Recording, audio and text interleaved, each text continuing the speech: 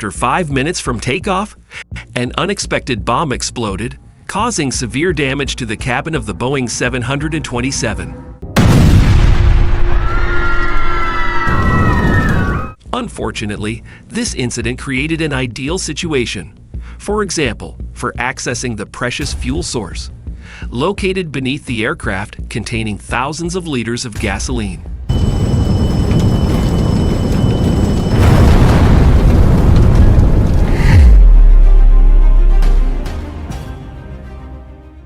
This action revealed a sinister conspiracy of the world's most famous drug lord. A plan couldn't be more perfect. Targeting the presidential candidate, considered his main obstacle. He was willing to trade over 100 innocent lives. Based on a true event, this is considered the most dangerous and horrifying criminal attack in Colombia's decades of violence. Flight number 203 of Avianca Airline, AB.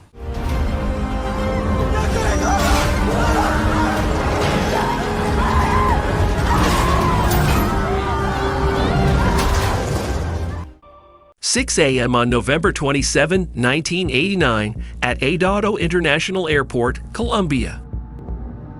The airport, leading the South American region in passenger and cargo traffic, was beginning a bustling morning with dozens of takeoffs and landings each day on its runways. At that moment, a Boeing 727 aircraft was undergoing its final checks in preparation for a domestic journey lasting over an hour to the Afonso Bandila Argan International Airport in the city of Cali. The aircraft, with the registration number HK1803, equipped with 3 powerful jet engines by Pratt & Whitney. It joined Avianca's fleet in 1975 after a multi-million-dollar deal. Afterward, it proceeded to Gate 6, where passengers were presenting their documents for boarding. Most of them were Colombian citizens, but there were also 2 individuals with American citizenship, notably on the initial manifest. One of the most prominent names to mention is Cesar Gaviria, a former minister and presidential candidate in Colombia.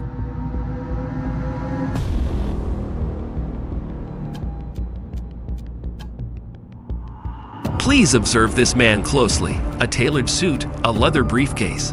He appears to be a successful businessman, but you will be surprised to learn his true identity. This is Dandini Mugos Mosquera, also known as La Quiza, the loyal hitman of Pablo Escobar, the most notorious drug lord in Colombia's history. And hold on, you'll be even more stunned when you learn that inside that briefcase is neither money nor classified documents. It is, in fact, a bomb crafted by top experts from Israel, Spain, as well as paramilitary forces at a secluded compound in Biden. And it's sure to send shockwaves throughout Latin America. Through precise and meticulous calculations, they have purchased 2 tickets with seats 18A and 18K, located right above the main fuel tank of the aircraft. The domino effect has been triggered, the bomb detonated, and the fuel tank exploded, causing the aircraft to burst into flames. It's a plan that's far too perfect and devastating. In order to bypass the security checks, La Quiza used money to bribe airport staff and easily passed through the luggage screening process. Consequently, he successfully managed to get the bomb-laden suitcase onto the plane. Of course, La Quiza is not a fool. He didn't carry out this task himself. Instead, he would find a suitable substitute to execute the plan on his behalf. By offering a substantial sum of money, La Quiza handed the bomb-laden briefcase to a 17-year-old Colombian boy named Humberto Prieto, who would later be known as El Suizo, an underground term referring to someone duped into acting as a substitute. La Quiza told the young boy that it was just a regular recording device, asking him to activate it to capture the conversation of a few American passengers. DEA agents in the adjacent seats then collected information on the operation they were conducting. Do you see those 2 individuals in black attire over there? They are FBI agents who have come here to apprehend the American mob boss. Listen to what they are discussing with each other. After giving careful instructions, he disembarked from the plane without leaving any traces. This demonstrates his cleverness and caution in the plan. Returning to Flight 203, there were a total of 101 passengers on board. They were filled with enthusiasm for a new day, full of energy, unaware of what awaited them ahead. Sometimes life has surprises that we cannot predict.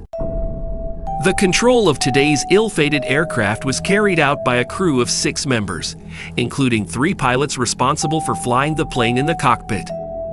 The captain is Jose Ignacio Asa Aristizbal. First Officer, Fernando Pizarro Esguerra.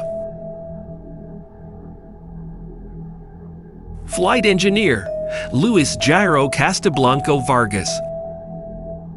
From the very beginning of Flight 203's journey, things have not been going smoothly.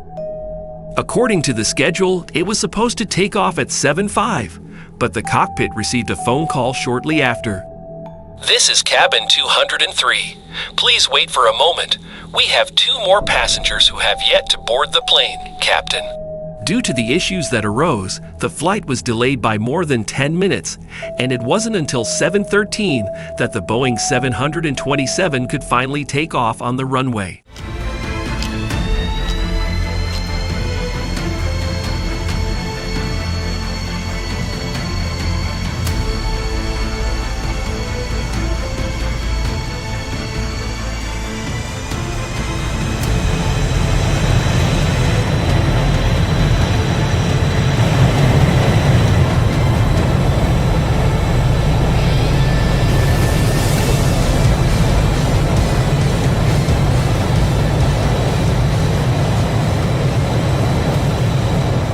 Five minutes after takeoff, the flight departed the suburbs of Bogota and approached the autonomous region of Satra.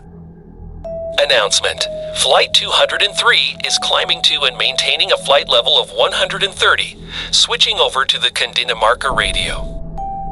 Wilco.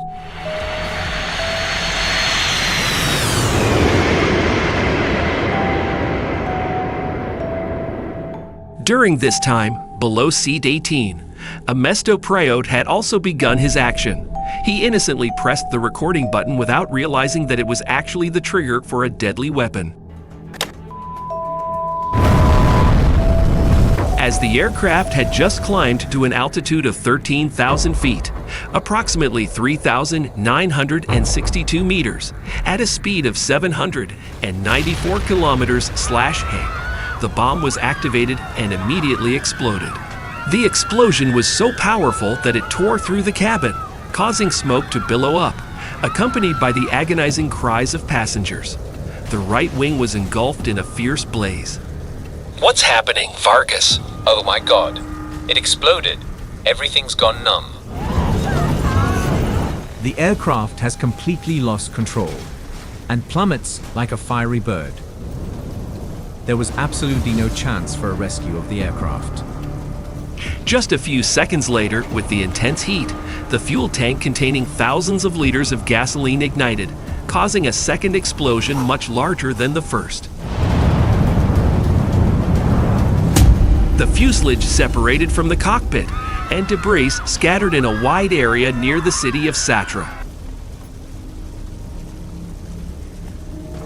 The spectacular scene in the sky drew the curiosity of many local residents who stood by to watch. Unfortunately, one of the debris fragments fell onto an unsuspecting audience below, killing them instantly.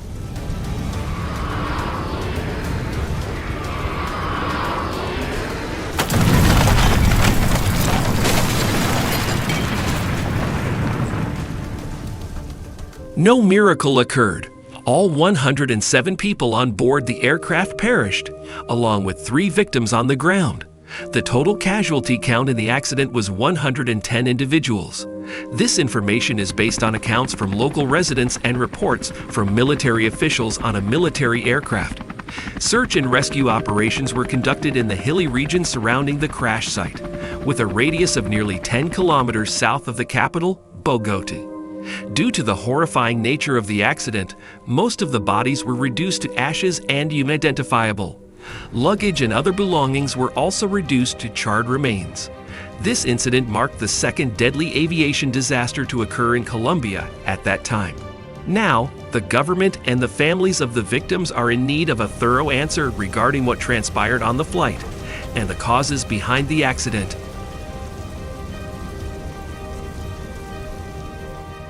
The investigation process and the conspiracy involving the world's most notorious drug lord, Pablo Escobar.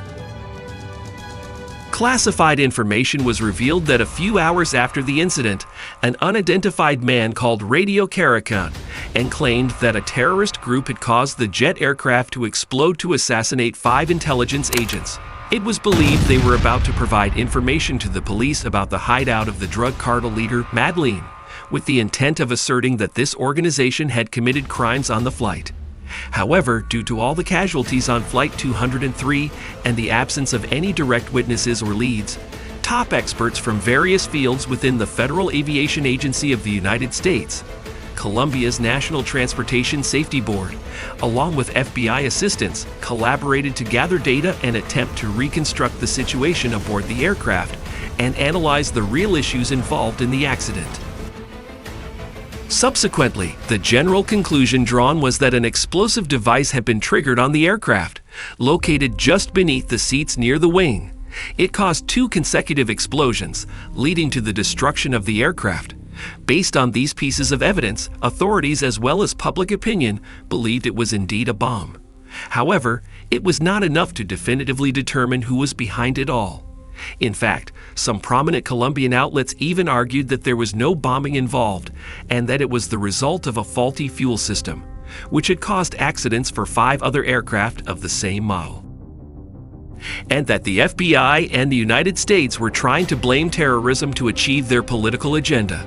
However, this view faced strong criticism from the victims' families and supporters of justice. It wasn't until 4 years later, in 1993, that the incident was nearly clarified when a former henchman of Pablo Escobar confessed that the flight was a plot by the drug lord with the aim of assassinating Colombian President Cesar Gaviria. Shortly thereafter, Donald Munot Moquira, the individual who transported the bomb onto the plane, was sentenced to life imprisonment without parole in the United States for his actions and crimes. The entire story of the ill-fated flight was met with intense condemnation and outrage in public opinion.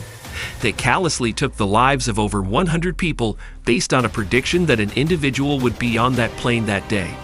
What everyone wondered was who Pablo Escobar really was. What enabled him to act with such impunity? And what was the true motive behind this crime lord's attack? Why did he want to eliminate Colombian President Cesar Gaviria?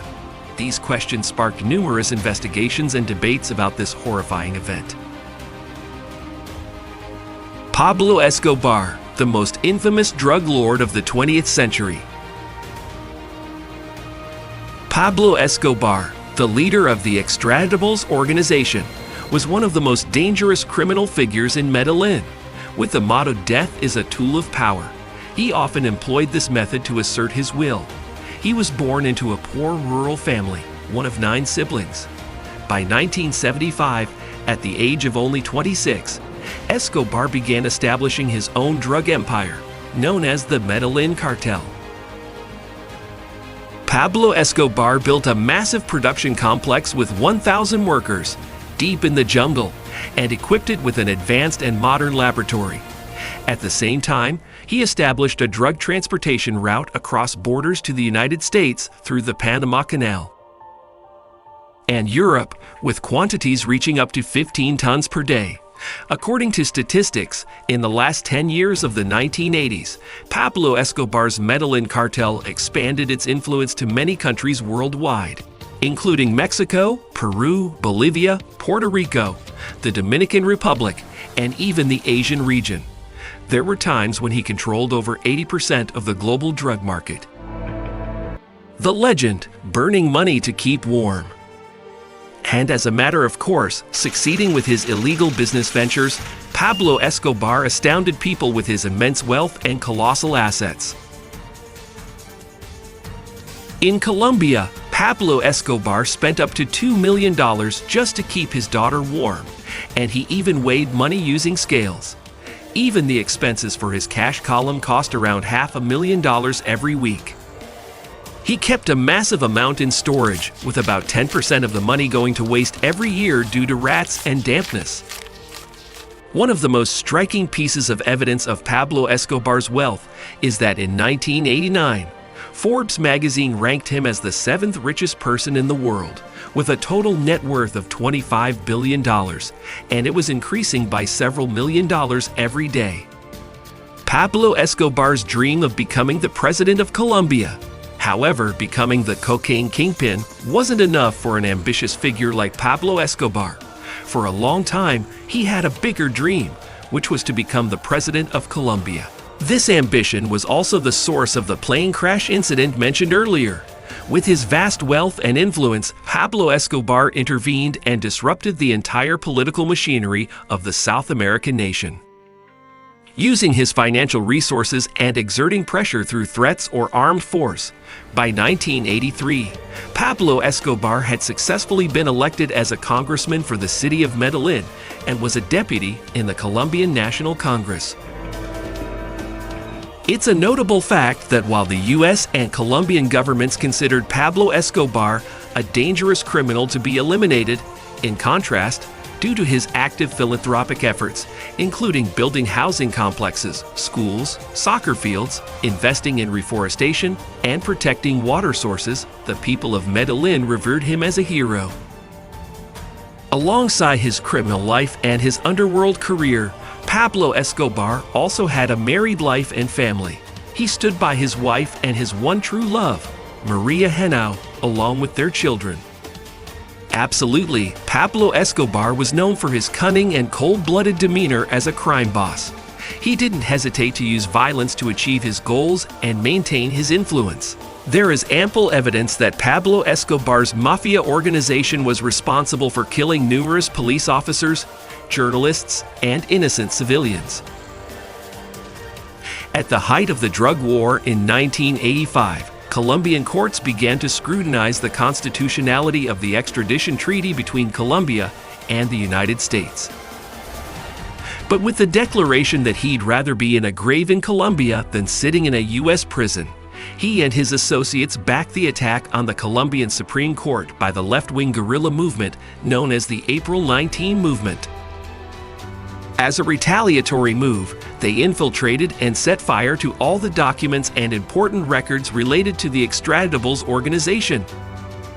In connection with the threats faced by cocaine smuggling groups from the government, Escobar orchestrated a bloody massacre by capturing and killing more than half of the judges.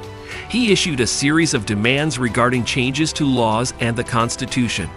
However, they couldn't achieve their objectives because the military later enforced and defeated most of the elements of N19, resulting in their failure. Escobar and his associates became more ruthless and brutal, carrying out a series of executions.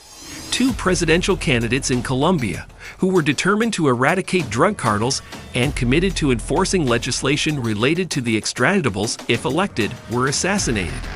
The first assassination occurred on September 18, 1989, when Escobar's hitmen eliminated Democratic Party politician Luis Carlos Galán with a bullet during a parade in Cundinamarca.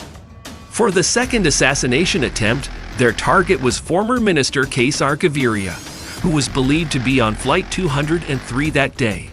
They saw this as a golden opportunity and began meticulously planning the bombing of the Boeing 727. Unfortunately for their well-prepared plot, at the last moment, Gaviria canceled his flight. Some sources suggest that U.S. anti-drug forces provided him with intelligence about an impending threat. Thus, he narrowly escaped the assassination attempt. On the drug cartel's side, they were furious that Gaviria had escaped.